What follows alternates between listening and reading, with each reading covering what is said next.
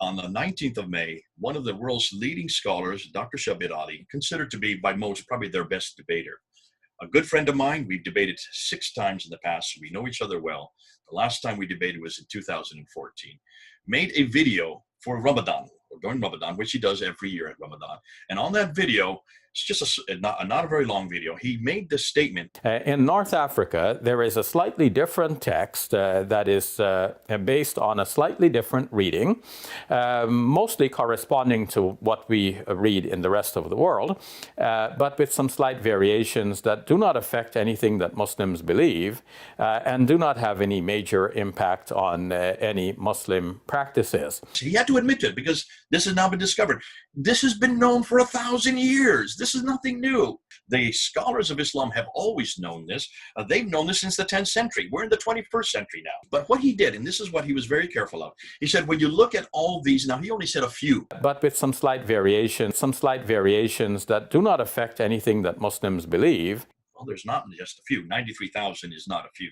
But he said none of these, the dots or the vowels, change any doctrine, change any belief, change any practice. Those are the 3 things. He kept reminding the audience. So what? So there's difference. But they all say the same thing. Nothing has been changed. In the Huff's translation, or version, it has bareyati. Bareyati is the word that you can see underlined in green. Creatures. In the Warsh, which is the one that's used in North Africa, it's the Al-Asbahani version of the Warsh because there's more than one. The word is al-bare'ati, with the glottal stop there, underlined in yellow. You can see there that's completely, it is a different word, especially at the end. So that refers to as the innocent. So the translation in the Hafs would be, indeed, they who disbelieved among the people of the scriptures and the polytheists will be in the fire of hell, abiding eternally therein. Those are the worst of creatures. So it's talking about us, really, Christians. In the Warsh, which is popular in North Africa, the translation would say, indeed, they who disbelieved among the people of the scriptures, that's us, and the polytheists, those are the heathens, will be in the fire of hell, abiding eternally therein. Those are the worst of the innocent. Well, now, there are 2 problems here. One is, are Christians the worst creatures, or are we innocent? And if we are innocent, what are we, along with the Jews and the polytheists, doing in hell?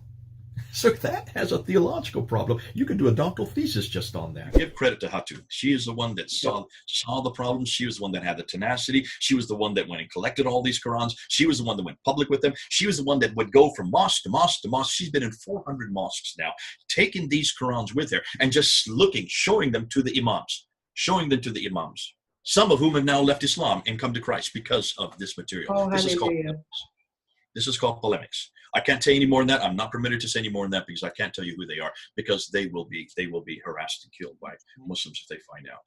While we were online yesterday, we were only off for 1 hour unpacking this, the 3 of us.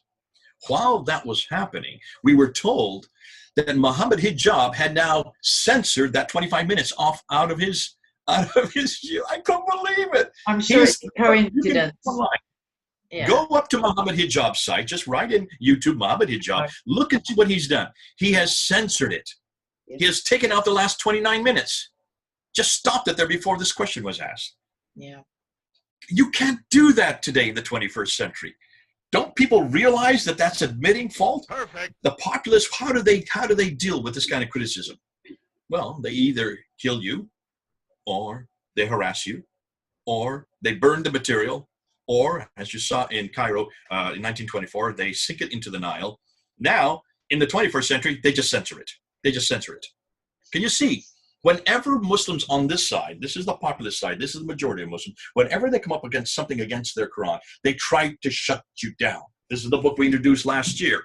A new book is coming out just this month from Daniel Brubaker. Yes. We're going to introduce a whole new set of variants. And see, what Shabir Ali doesn't realize, he has helped us to get the discussion away from the Qira'at back to the 7th century, back now to the manuscripts, which is what we've been waiting for them to do, because that is the material Qadi has not answered. That is the material Yasser Qadi has not looked at. When he thinks that the Qiraat is the most difficult question, wait till he finds out what we're going to introduce this week. So we're going to look at the Qiraat, we're going to look at the Ahruf, we're going to be looking at the Razm. The Razm is the one I want to get to. The Razm is what Dan Brubaker's. This is the mother lode. This is where the rubber hits the road. This is what's going to destroy the Quran, because these are the earliest manuscripts. This has nothing to do with dots. This has nothing to do with vowels. This has to do with the skeletal text. And the skeletal text does not at all jive with the Quran. And that's why we need to thank God for Adnan Qureshi, thank God for Yasser Qadi, thank God for Muhammad Hijab, thank God for Shabir Adi. All these guys have done us a favor. They have basically opened up a huge crack in Islam.